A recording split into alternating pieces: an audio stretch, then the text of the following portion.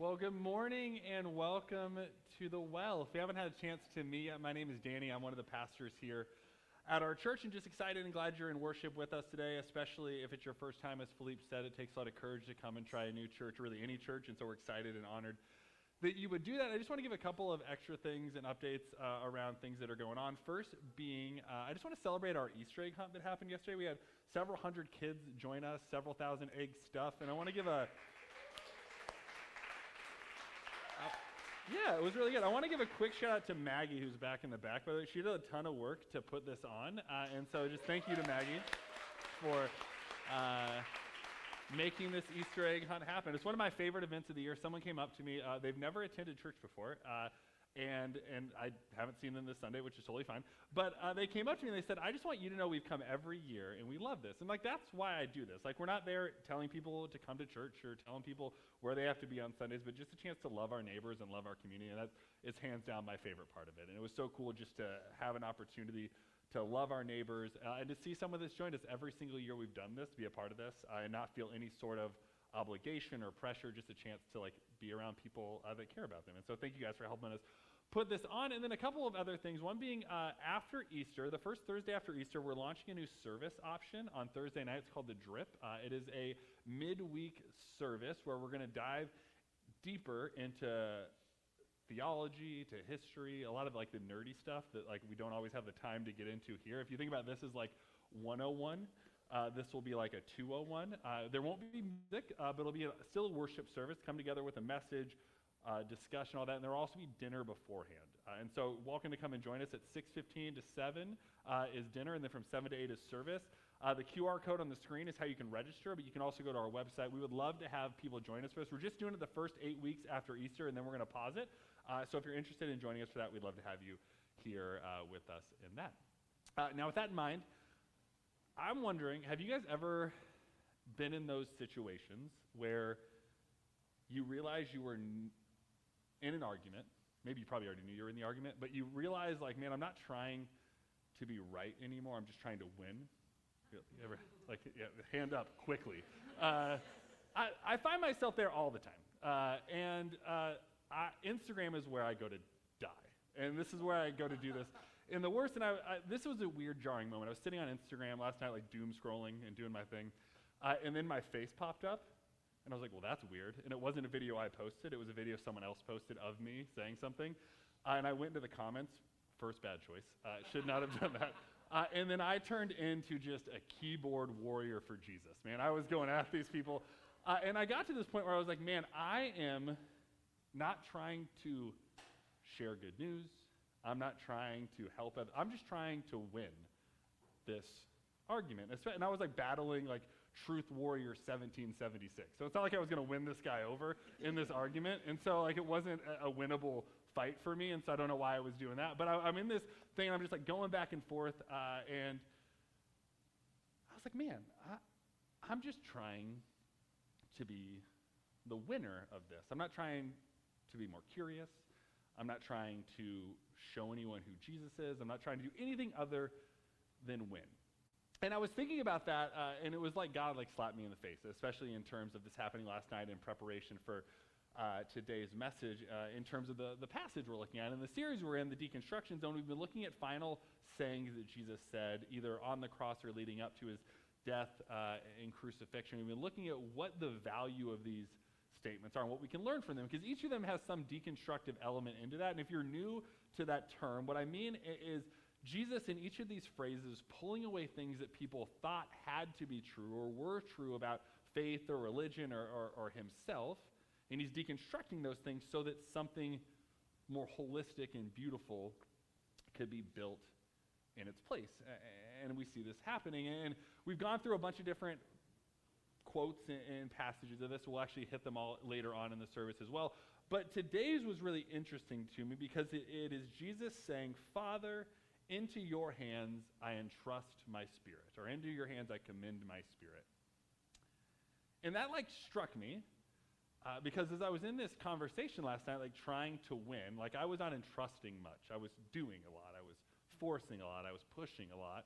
And I wasn't like trusting a lot. And so if you've ever been in that situation where you're like wanting to win more than anything, you might be as convicted or spurred on or encouraged by this passage as I was as we read it today. And so if you can, if you want to and are able, you can open your Bibles to Luke chapter 23. We're going to be in verse 39 through 46. I'm going to be reading out of the Common English Bible. If you don't have your Bibles, it's on the screen. If you have the Well app, you can find the Bible in there. Also, Bible Gateway is an amazing free app with all of the translations. You don't have to read the same one I'm reading, but you can read any. And here's a quick thing. If you've never heard this story before, try your best to absorb it and hear what is said. Like, you have the best seat in the house if you've never heard these stories before, because you get to hear them with fresh ears. That is the best place to hear these stories, is with fresh ears. So if you've never heard them before, take that as an advantage and something really cool. Maybe you have heard these stories before. My challenge for you would be to release what you have told had to be true, or what you've told has to be the core of it, and see what strikes you. And maybe it's the same thing you've always heard. Maybe it's something unique and different. I won't tell you what that has to be, but see what strikes you as you hear it. But again, it'll be on the screen. We're going to be in Luke, starting in verse 39 of chapter 23. It says this: "One of the criminals hanging next to Jesus insulted him, 'Aren't you the Christ? Save yourself and save us.'" We'll stop there for a second. Maybe you're like, whoa, how did we get here? So Jesus has spent his ministry, 3 to 4 years in here, like going around preaching stories of hope and good news. And he's pushing back against a Roman government that is occupying Israel, and he's pushing back against a religious elite group of people that are saying that religion is all about getting it right, progress, and performance. And both sides equally, for different reasons, don't appreciate the message Jesus is preaching. And so they arrest him, they beat him, and they eventually crucify him, and he finds himself in this moment where he's hanging on this cross, and we see this person next to him saying, well, if you really are who you say you are, which isn't like, he's not showing confidence in Jesus being the Messiah. He's just like, if you happen to have this power to save yourself, you could also save me. Let's just like help us both in this situation, right? So he says this, and then next to him, responding, the other criminal, so there's one more on the other side, speaks harshly back to him. He says, "Don't you fear God, seeing what you've also been sentenced to die? We are rightly condemned, for we are receiving the appropriate sentence for what we did, but this man has done nothing wrong." So he's saying, like, we've done our part. We're here for a reason. This Jesus guy, not sure if he's the Messiah, not sure who he is, but he seems pretty innocent in this situation. He has done nothing wrong. But the man then turns to Jesus saying, "But Jesus, remember me when you enter into your kingdom." And Jesus replies, "Surely, I assure you today that we will be together in paradise." This is really interesting. We hit this, and we'll circle back on this. This was one of the specific passages we hit. He doesn't say, like, tomorrow or after you sign a quick doctrinal statement. He's like, "I'll see you later in paradise today." And it was about noon, and the darkness covered the whole earth until about 3 o'clock. And when the sun stopped shining, then the curtain in the sanctuary was torn down the middle. Crying out in a loud voice, Jesus says, "Father, into your hands I entrust my life." Or other translations say, "I commend my spirit." After this, he said this, he breathed his final breath for the last time. And when the centurion saw this happen, he praised God, saying, "It really is true. This man was righteous." And so again, you might be asking, like, how did we get here, right? So this isn't like accident. This isn't happenstance. Like, Jesus is preaching a message of hope and justice and inclusion, and a story that is rooted in the tradition of the Jewish people. So he's not like riffing and creating something new. He's just calling people back to the core of the message, a message that was not for some, but for all. And this was really off-putting to two different groups of people. Again, the religious people were not really interested in this, because they're like, we spent our whole lives trying to clean ourselves up, and we're pretty clean. And so if you're saying that unclean people can be a part of this, or people that I deem to be unclean can be a part of this, like, I'm not interested in that at all. And so they're pushing back on this. And then the Roman government, they see this guy claiming to be king and Lord, and Caesar's like, well, I'm the only king and I'm the only Lord, so we need to get rid of this guy. And so for different reasons, the community around it is not super psyched about this message that Jesus is preaching. And one of the reasons I've loved this series is, for many of us, like growing up in the church, we were told, like, just believe this, or just do this, or just follow these steps, and then you'll be right. Surrender your questions and your fears and your doubts, even your own thoughts and beliefs. Just surrender those things and follow, and then you're going to have this relationship with this creator and this God. It'll be perfect and wonderful and all bubblegum and rainbows and butterflies and all of those things. Just do that, and you'll find yourself there. And Jesus pushes back against that completely. And what I love about this series is he's deconstructing these things. And in many of our church experiences, we've been told deconstruction is bad. It's the opposite of growth. It's the opposite of following Jesus. It's the opposite of surrender. It can't be a part of discipleship. And Jesus is saying, actually, it is the most formative thing you can do is to strip away and deconstruct and pull away the things that were never God's to begin with. And so over the course of this series, we've been looking at these different passages and different sayings, but I wanted to zoom in on something a little bit more specifically, were the things that Jesus actually deconstructed. Like before we get to Easter next Sunday, this is Palm Sunday, a Sunday where Jesus comes into the community, and it's kind of like this community protest and this community moment where they're leading into this thing, pushing back against religious elitism and pushing back against the Roman government, and they come in and they're pushing back against these things. And Jesus, in the midst of that and all of his teaching up to this, is really trying to deconstruct a few things. And the first thing that he's trying to deconstruct is this idea of exclusion. He's trying to deconstruct this idea that only a few have an opportunity to experience the transformative grace and power and love of God. He's trying to say that it actually couldn't be further from the truth. He's actually trying to tear down the idea that access to God is something that is earned. And this is not a first century problem only. I suspect many of you in your church experience at least one time heard a story about the idea that you had to earn your favor with God. You had to earn your position with God. Just go to a small group.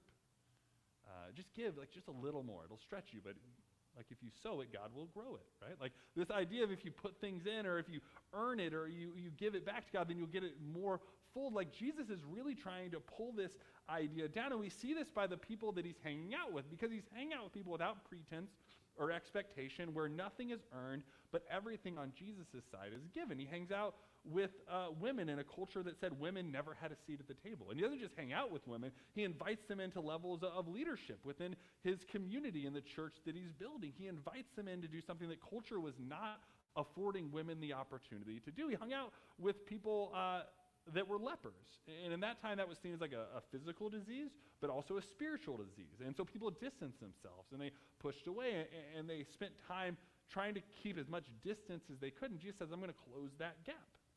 And I'm going to hang out with the people that you deem to be untouchable. I'm going to hang out with those people as well. And maybe one of the most interesting ones is tax collectors Jesus spent time hanging out with. And there's no many of us hate taxes. I think that's probably true. Not many of us are pro-tax, I imagine. Or maybe you are. I don't want to assume. But tax collectors, there's no modern equivalent to this other than think about the person you hate the most. That was a tax collector in Jesus' time. And this is why. For Jesus' people, the Jewish people, tax collectors were part of the Jewish community that were seen as sellouts because they were working for the Roman government, and then they were extorting their Jewish people for more money for themselves to give back to the oppressive government, right? And so they're man, these people are the worst, and no one liked them, and Jesus is but I like them, and I'm going to hang out with them, and I'm going to include them, and I'm going to invite them, and I'm going to believe that there's nothing about them that doesn't reserve them, just as you have a seat at the table, them a seat at the table as well. Jesus completely tears down this idea that access to God is earned by position or privilege or by action. He deconstructs all of that. But he also then deconstructs that religious performance as at the core of all of this. That just working harder and working better and doing more is what's going to get us into God's good graces. He tries to expose the idea that it's not about performance, it's about transformation. That's what he's trying to point people to. And one of my favorite stories in all of Scripture is the story of the Pharisee and the tax collector. If you've been around the church for a while, you're I've heard this story from you a million times, but I really love it. It's a great story. But the story goes like this. Maybe you've never heard it before. These two people walk into this temple, a church, and they walk in, and they come in with very different postures. The Pharisee is the most religious person you know. So close your eyes, imagine that person. They do all the right things, they check all the right boxes, they do everything. And this person walks in, and I'll be a little bit vulnerable. I've prayed the prayer this guy's prayed before, and so we all fall short sometimes. But this Pharisee walks in, and his prayer goes something like this. Thank God I'm not like that guy over there. Maybe you've prayed that. Maybe I'm the only one that's prayed that. All right, all right, chill. But I prayed that prayer before. So I go on, I thank God I'm not like them. And then he goes on to say, but I'm not just not like that person. Like I pray twice a day, not just once a day. I fast not just once a day, but twice a day. I give not just 10%, but I give more. Like I do all of these things. Like I'm doing. And the people listening to this story as Jesus tells her, like that guy is crushing it. He knows who he's not like. He's doing all these things. He named all the boxes he's checking. He is crushing it. But then Jesus continues to tell the story, and this other guy walks in, a tax collector, again, very hated person in society, and he says, nothing other than God have mercy on me. Like, just have mercy on me. God, show me grace, show me love. He's not like I've done all these things. He's not saying anything about how great he is or even comparing himself to others. He's just like, God, like I just want to know you. And I want to experience your grace and your love and your mercy. And in this story, Jesus is trying to highlight something quite important, that relationship with God is not only not earned, but it's not about external progress. It is certainly not about external performance. It is about the posture of your heart, the transformative work that's happening inside of you. And for a long time, both in Jesus' time and our time, we have reduced following Jesus to just checking boxes or looking really good on the outside or going up and to the right. Like this is certainly a Western thing, but it was in Jesus' time as well, that if I just do more, I can be more. And if I can be more, then I'll be loved more. And Jesus is pushing back against this. And so he's not only deconstructing the idea of exclusion, but he's trying to deconstruct this idea of performance being at the core of what following Jesus is all about. But the most important thing that I think Jesus deconstructs is this idea of religious control. Like walking into a space and saying all of these people in this room are in control of everything about my religious experience. That walking in like, I'm just giving this over to you. Jesus is really deconstructing this. And Jesus is not someone that's saying like, it's all willy-nilly, go do whatever you want to do. But he's trying to flip on its head the idea of where power and where control and where authority comes from. Because for religious people, for the Pharisees, again, the most religious of the religious, they thought they were in power and they were in control. And then they got to tell other people what to do, and they got to instruct people, and they never had to serve, and they never really had to do anything because they had earned their seat. And Jesus says, well, actually what real power looks like, what real transformative faith looks like is actually the opposite of power. It's the opposite of control. It's surrendering some of those things, and it's actually serving other people. And we see this through Jesus. One of the most provocative things he does before the Last Supper, which is the meal he shares with his disciples and his friends, not only his friends, but also Judas, who's going to betray him, he washes their feet. That's a huge sign of humility and submission and respect. It was actually so off-putting that the disciples were like, what are you doing? Like, stop that. You shouldn't be doing that. We should be washing your feet. And Jesus is trying to flip on its head what actually following God with all your heart, mind, soul, and strength looks like, which is not being served by others, but actually being someone that humbles yourself to say that I can be a part of being served, but also serving other people. And so he flips on its head this idea of power, but also when Jesus is going through this moment of getting arrested, one of his closest friends and disciples, Peter, like pulls out a sword. He's ready to like start chopping people up. And that's like a sign of power. And Jesus is like, put your sword away. Like, we're not going to win this battle, if you want to call it that, with war and with violence and power as you understand it. Like, this is going to be something far different than you ever imagined it could look like. And in this moment, Jesus is rejecting this idea that power is at the core of the gospel. Now, the gospel story, the story of Jesus, is quite powerful, but what he's trying to deconstruct is that the story of worldly power is not the story that Jesus has been propagating and pushing. It's a different power than we've come to understand. And so to give this a little bit of perspective, what I wanted to do, and Rob, you can put these on the screen, I wanted to look at all the different passages we've hit in this, all the different phrases that Jesus said. The first one being, Father, forgive them, for they know not what they do. That is a really interesting statement, because many of us, like if you grew up in church, you're like, well, forgiveness is at the core of the gospel story. Certainly true. But who is Jesus forgiving in this story? Like, he is saying, look at the people that are hurting me, that are oppressing me, that are pushing me to the margin. Specifically, he's talking about these Roman people at his feet that are mocking him and beating him. He's saying, forgive them, for they don't know what they're doing. Like, he is forgiving the people that those around felt were like the most unforgivable. And for me, that feels like a blessing because I often feel like that. But I know that the hardest part is believing that that extends to the person that I'm battling in the Instagram comments, that I'm trying to beat and win. Like, oh yeah, that person is just as deserving of love as I am. And it's really easy to dehumanize people, right? And turn them into someone that's an idea. And Jesus is like, they're not ideas, they're people, right? And he's reminding us that forgiveness has no bounds. The other one that we just read already, that today I will be with you in paradise, my favorite line that Jesus utters in this whole moment. Because he's not saying tomorrow, he's not saying when you get it together, he's not saying when you check all these boxes. He's just like, today I'm going to spend paradise, eternity in paradise with you. That is good news. If nothing else is good news, that is the good news. We covered a few weeks ago this idea of Jesus as he's on the cross hanging, he sees his friends and disciples and his mother at his feet, and he says, behold your mother and behold your son. And he's saying, like, together we have to be in community. Like, things are going to get dark and brutal and painful, and like we have to hold each other. We have to behold one another and be together in community. There's a challenge that when things get tough, we don't turn away from one another, but we turn towards one another. So he's deconstructing this idea that we have to do it alone.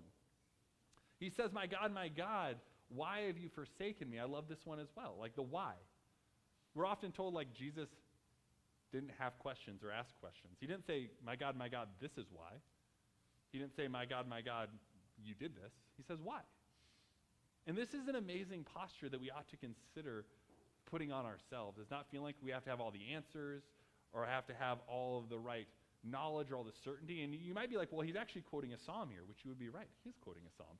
But what this is teaching us here, this comes from a psalm of lament, a psalm of great sadness and great anguish and great pain, which teaches us that questions and doubts and fears and uncertainty are not antithetical to following God. It's actually the most important part about this story of God and the story of us. Last week, Pastor JT preached around the phrase, it is finished. And what is finished? This idea of trying to do more or be more or believe that sin has the final word or division has the final word, like this has all been finished. And today, this passage is the one that I'm working the hardest to put on myself.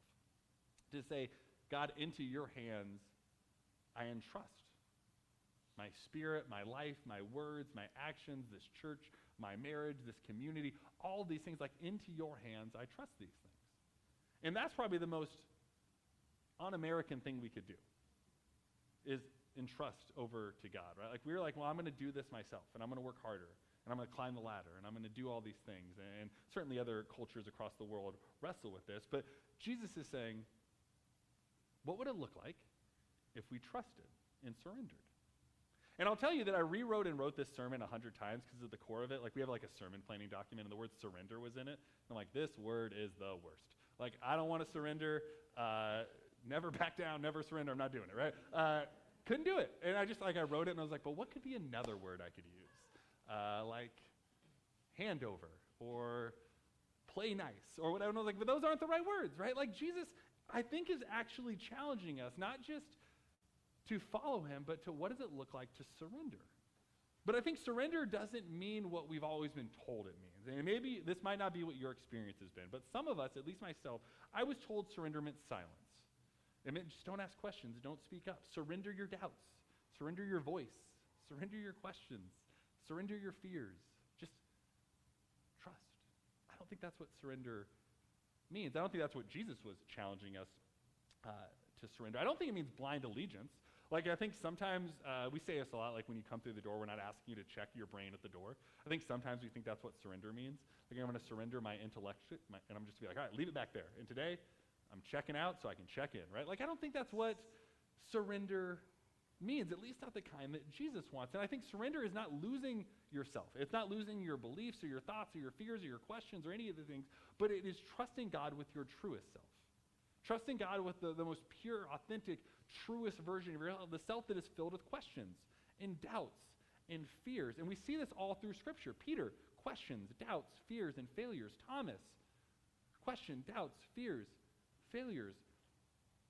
The Apostle Paul, as he's building this church, question, doubts, fears, failures. It is peppered with the story, but all of them surrender over in this process. But I don't think it means losing yourself, but it is trusting God with your real self. And for me, this is my best image for surrender,